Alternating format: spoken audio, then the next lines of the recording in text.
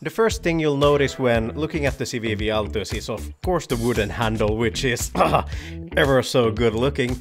You know when people are getting married that the bride may have like matching dresses with the bridesmaids and so on.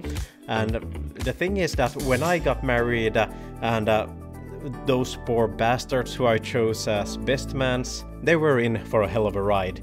And I wanted to set the standard high when I asked them to be my best man, and thus, as a gift for them, and a thing for me kind of personally, is that I wanted all of us to have matching EDC knives.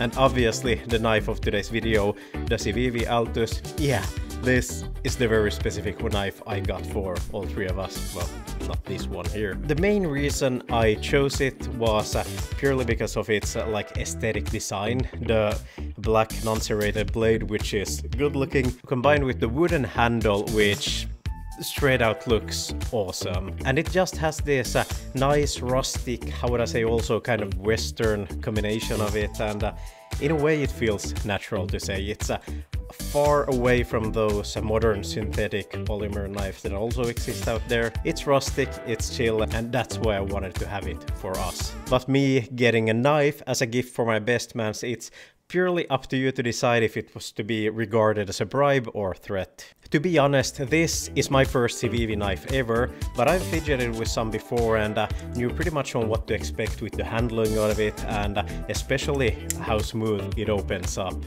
As that's the thing about Civivi knives, they have ball bearings here at the joint, meaning that when you open it up, it almost feels like it was spring assisted, but yeah, crazy enough, it's, and obviously not, it's not spring assisted, but one could almost imagine that it is spring assisted.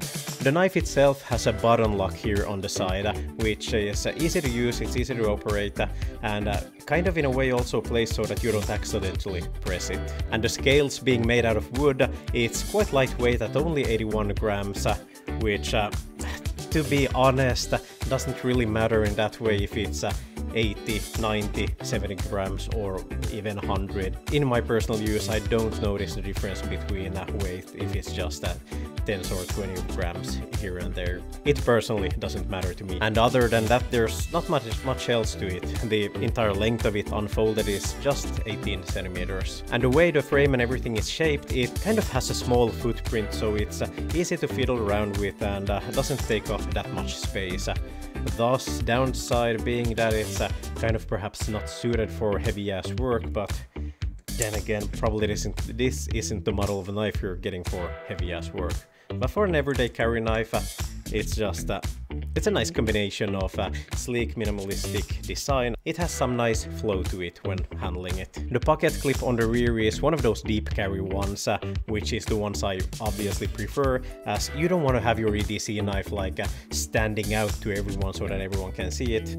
Once it's just there, nice tucked away, hidden, it's perfectly good. Obviously you can change the side of it, so in a way it's ambidextrous. In case you're left-handed, you want to switch it around. However, it's attached to the rear of the frame, and thus you can't choose whether or not you want to attach it to the front. It's simply there on the rear. That means it's a tip-up design, which obviously in a way it's good. Once it's there in the pocket, you're grabbing it, it's directly in the position you want to hold it. So I don't see why you would want to carry it the other way around. It's just plain stupid. Agree.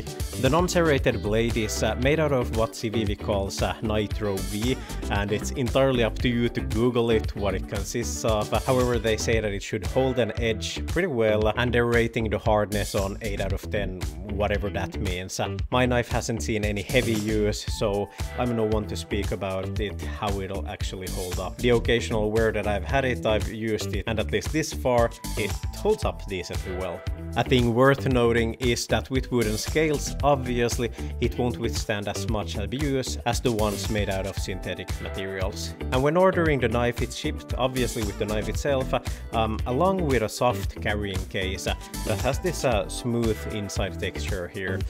Along is a microfiber cloth that, if I recall correctly, that's somewhere I've already lost it, and along with some stickers as well. I mean, gotta have some stickers to put on your coffee cup or something. obviously. Now this being my only Civivi knife I've ever owned, and yeah, plus the experience what I've fidgeted with them before, I have to say I'm impressed with it. It handles well, it's good looking, considering the price.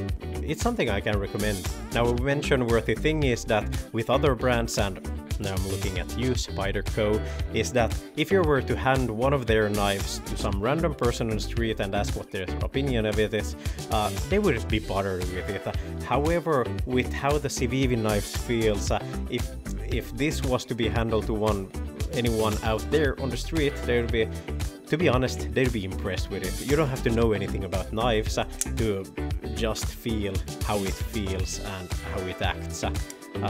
Anyone out there is going to be surprised about it, and in a way I think that explains quite a lot about it. A downside worth mentioning is that when I got these knives for my best man, the ones that they got were functioning perfectly well. However, this piece that I decided to keep for myself, during the hot summer climate, it simply got stuck all the time. It didn't work as it should. Turns out that the wooden scale here, obviously as with any material, expanded during the hot summer and causing the button lock to jam up slightly. Meaning that when I ultimately got the knife, unboxed it, it didn't work. I had to disassemble it and shave off a tiny bit of wood from around the button lock to allow it to function properly. Now this was only a 4 or 5 minute job to get it done. It was fast and easy, way faster than just returning it and asking for another one, but still it's something that you should know about, considering the price of it is over like 100 euros or something.